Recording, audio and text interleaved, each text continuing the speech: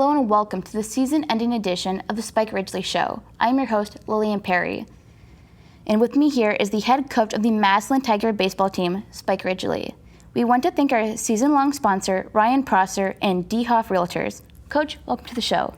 Happy to be here. Thank you. Now, Coach, your Tigers are now 20-4 after beating Lake 8-3 last Thursday in the sectional final tournament game. Tell us more about the huge win for the program. Yeah, it was a beautiful day at the Duck, great crowd.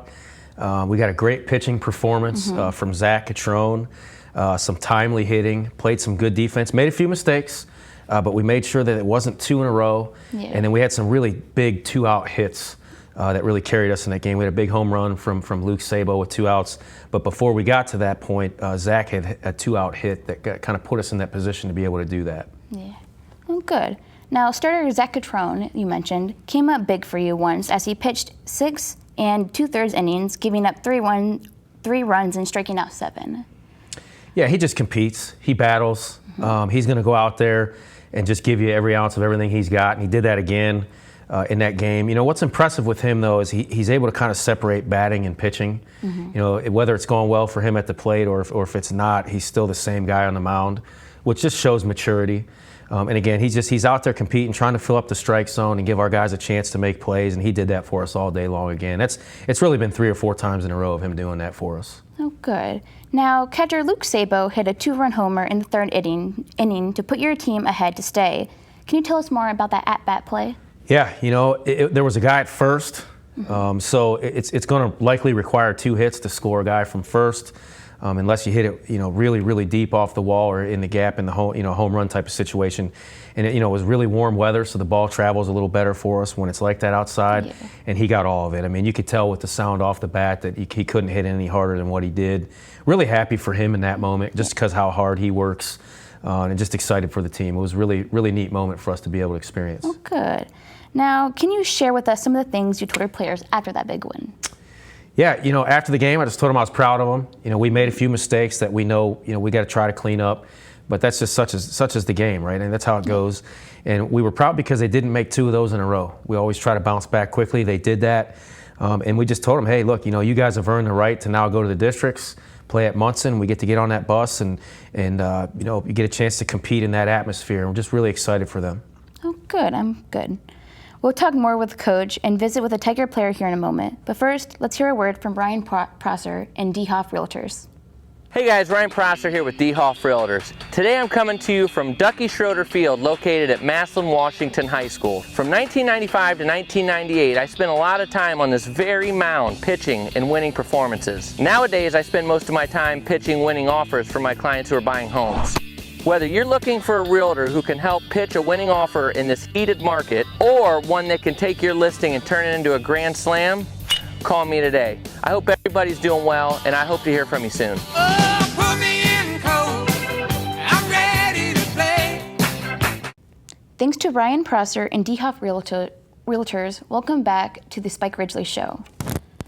The Tiger player joining us this week is senior Zach Catrone. Zach, welcome to the show. Thank you for having me. Thank you. Now, Zach, I'm sure it already seems like a long time ago, but let's go back to last Thursday's tournament win over Lake. As the starter of that game, what was your mindset as you took the mound in the 1st inning? Yeah, so my mindset was to get out and, you know, not try to give them anything. Throughout the game, I gave them a little bit more than I intended. But, you know, it's the same mindset as I've talked about with the Central and Hoover game. You got to go out and you gotta attack the batters as if they're trying to make you look bad. So my job is to make them look bad, and, you know, I feel like I did a pretty good job of that. Good. Now, Lake scored 2 runs in the top of the 2nd inning to take a 2-1 lead at that time, but you were able to finish strong, giving up only 1 more run after that. What was the difference for you from the 3rd inning on? Yeah, it's just talking with the coaches and talking with the teammates. You know, it's that mental mindset. You know, you can't get down yourself in that situation, and my teammates and coaches did a good job of making sure I was still in the game mentally, not just physically. So at that point, you know, you can't give up too many more runs. You got to go out and you got to make them make plays to win the game. And you know, once you understand that, and once you get going a little bit, things start to fall into place, and as they did. Good. Now, at the plate, you are now hitting a .397 with a team-leading 32 RBIs. What's been the key to your success at the plate this season? Yeah, so, the key to success for me has been, just taking the pitch and putting the ball where it is. Wherever they throw it, I'm going to try to take it there. And it's just playing pepper with the ball, as Coach Ridgley would say. I think a lot of kids nowadays are focused on home runs and stuff like that, and that's not quite the name of the game. It's scoring runs, doing what your team needs you to do. So, I've just been trying to do what the team needs me to do, whether that be laying down a bunt. Like I said earlier, if I gotta lay down a bunt, I'm gonna do it. You gotta love it. So, it's just doing what the team needs and trying to put the team in the best possible position. Good. Now, obviously, you're seen as a team leader on this team. How would you describe your leadership style? Yeah, so, I would say I'm one of the more quiet leaders. I don't like to say a whole ton, but if I need to, I will. And, I like to show by action, whether that be bringing the energy on the mound, bringing the energy at the plate. I like to bring energy to the game through my actions. So I believe I do lead the team in that standard of the game.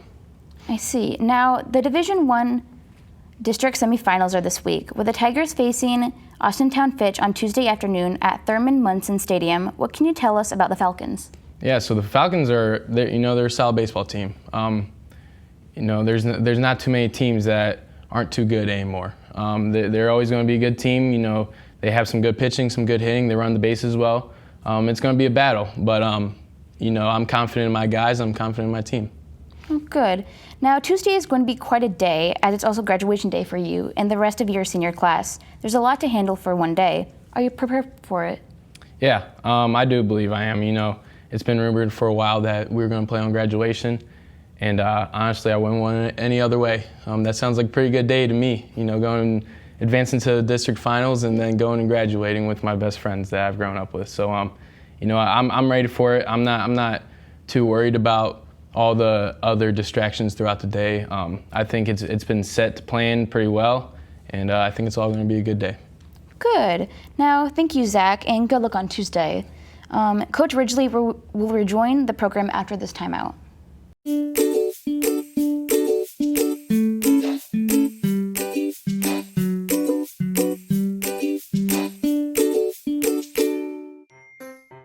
Hello, and welcome to the Stark County Humane Society. Today we're going to give you a few pointers when considering adopting a new furry friend.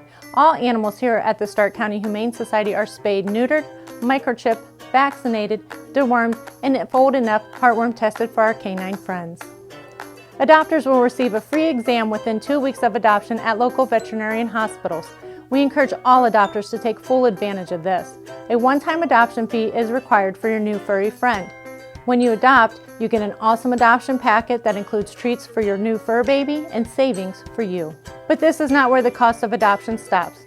Did you know the average cost of an animal like a new puppy or kitten can cost up to $500 annually? This includes annual veterinarian visits, preventative care, and everyday supplies like crate, litter, food, toys. But I hope this doesn't scare you away. Adopting an animal is a huge responsibility and a commitment. Please take the time to consider the cost of adopting a new pet into your family today. I hope to see you soon at the Stark County Humane Society. Please visit our website or visit us on social media for more information.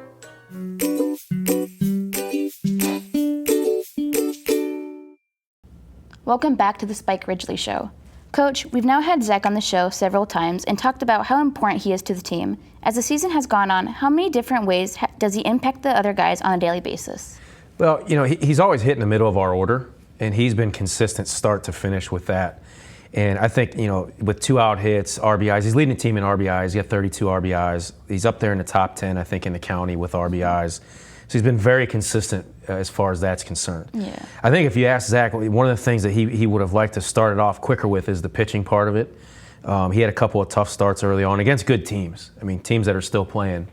And, he's really come around in the last 3 or 4 starts for us. And he's become that solid number 1 pitcher that we knew he was going to be. And it's changed our team. It's changed the dynamic of our team.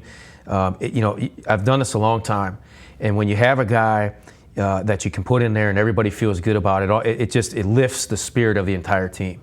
Suddenly the defense starts to play better. You start to get hits in situations when maybe you wouldn't have before.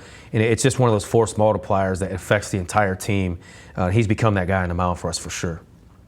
I see. Now, before we discuss your upcoming tournament game tomorrow against Austintown Fitch, I understand you held your team banquet over the weekend. What can you tell us about that? Yeah, it was nice. Really nice to be able to do that. Big shout out to Stahlhebers for getting our awards ready in less than a week. We can always count on them. They do a great job. But yeah, we had our banquet at 5 o'clock. We were able to practice 10 o'clock in the morning on Saturday. And then we had a 5 o'clock banquet on Saturday. So just a lot of positive around the program right now. You know, we're practicing. It's May 22nd outside. You know, and we just get a chance to be together at the banquet. It was at the high school, so it's a different venue with us. It's one of those final changes with COVID, I think, this year. But we just really enjoyed it. The Booster Club did a great job setting it up for us. And it was just a really positive night where we were able to kind of honor the guys and the season that they had. Oh, well, good. Now, your Tigers will play Austintown Fitch tomorrow afternoon at 2 p.m. at Thurman Munson Stadium in Canton in one of the district semifinals. What can you tell us about the Falcons? Solid team, very good baseball team. They're very fundamentally sound on defense. They've got a guy that we think that they're going to pitch against us that's 85 to 87 miles an hour. So it'll be a first time, I think, this year. Probably second. The Dover guy was very similar. So it's going to be a similar matchup, I think. They've got solid. They're a lot like us. They're going to bunt. They're going to move runners. They're going to take their walks when they get a chance to take their walk, and they're coached very well. So it's going to be a really tight ball game and a great atmosphere. Oh, good. Now, it turns out that tomorrow will be a big day for your senior players, as graduation is scheduled for tomorrow night at Paul Brown Tiger Stadium. Do you have any concerns about your guys staying focused? No, not at all. No. This team, you know, each team is different. There's 9 seniors on this team, and they've been through it. You know, these guys have endured their sophomore years where they were all playing varsity baseball maybe before they were really ready because we needed them to. And then they endured last season like everybody else did around the county with the COVID situation. And then they're just, you know, at this point now, you know, they've been through it. They're experienced. Their focus is where it needs to be. We're getting to a point now where I don't say a whole bunch to them before games because they handle it. And you can't ask for anything more. Our guys are good. They do a good job of staying in the moment. So I have no doubt that they'll be in the moment start to finish at the game, just like they will when they get to graduation. See, now because school wraps up this week, today's show will be the last one of the season. Coach, we want to thank you for being on the show and on the show each week, and we want to wish you and the team the best of luck on tomorrow's tournament game. Yeah, I appreciate it. You know, and I want to say a few thank yous too here to Dave Sheets, Matt Farrell, and just the whole staff of students here that have helped out throughout the year.